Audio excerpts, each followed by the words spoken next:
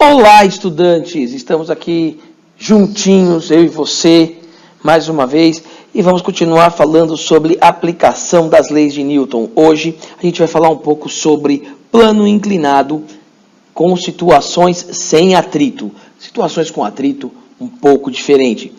Então, o plano inclinado é uma situação muito comum, né, nas provas de física, nos exames que envolvem física e no nosso dia a dia, por que não?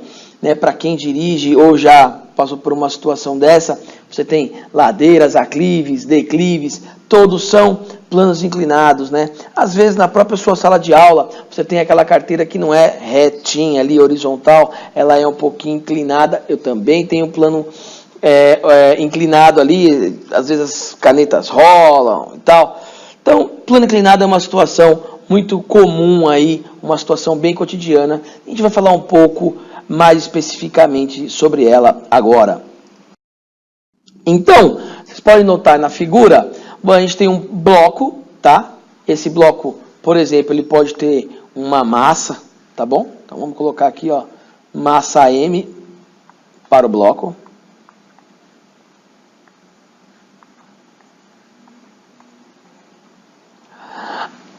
Situações que envolvem plano inclinado sempre vão vai estar presente a nossa aceleração da gravidade, tá?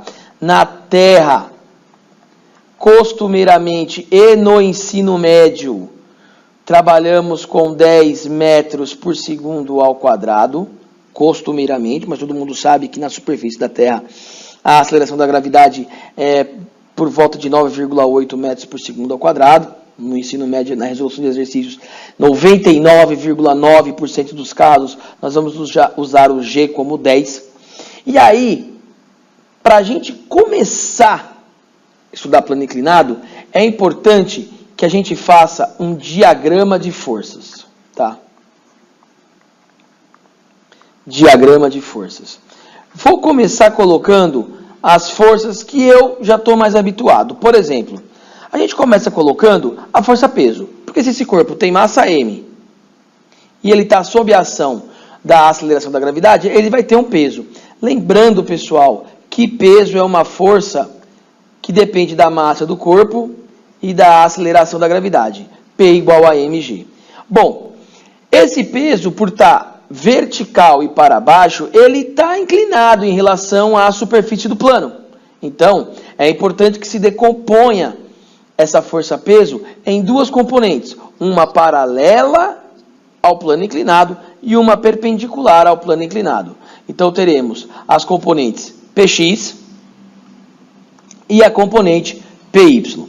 Se você tem alguma dificuldade com decomposição de vetores, sugiro você assistir a videoaula sobre decomposição de vetores, cinemática vetorial. Mas, a princípio, nós temos aí Px e Py. Também, como este bloco está sobre uma superfície plana, vai ter o aparecimento da nossa força de reação normal. Nesse caso, a gente já pode definir que o valor da força normal vai ser igual ao valor da componente Py. Veja, eles não compõem um par ação e reação, porém, ela normal e Py têm os mesmos valores. Tá? A normal está compondo um par ação e reação com a força de compressão que o bloco faz na superfície do plano, que por acaso tem o valor do Py. Outra coisa importante é que numa situação como essa, sem atrito, onde eu tenho apenas o bloco deslizando no plano inclinado, pela segunda lei de Newton, eu também posso dizer que Px é massa vezes a aceleração. Px, então, é a resultante na direção do plano, paralelo ao plano.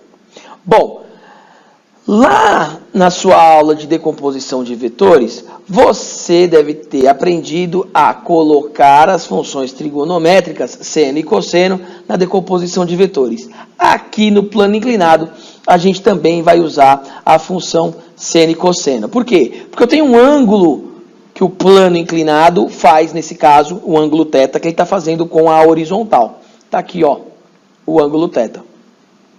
Por semelhança de triângulo, posso dizer que o ângulo θ também aparece nas situações de decomposição de vetores. Logo, nós podemos afirmar também que PX é igual a P, vou até apagar aqui, ó, para ficar bonitinho, legal. AP seno do ângulo θ. E PY vai ser igual a P cosseno do ângulo θ.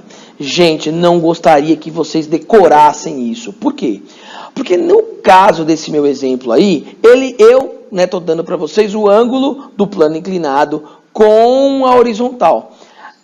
Já vi alguns exercícios em que o examinador dá o ângulo, por exemplo, do plano com a vertical. E aí muda a história, né? PX passa a ser P cosseno de θ e PY passa a ser P seno de θ. Então, o mais importante no plano inclinado, para a gente fazer o diagrama de forças, é a gente entender como funciona a função seno e a função cosseno, tá?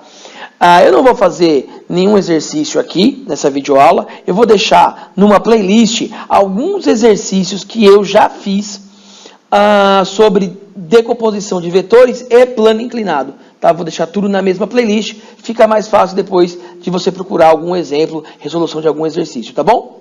Se você gostou, deixa aquele like, se inscreva no canal. Um beijo para todos os estudantes e até a próxima videoaula.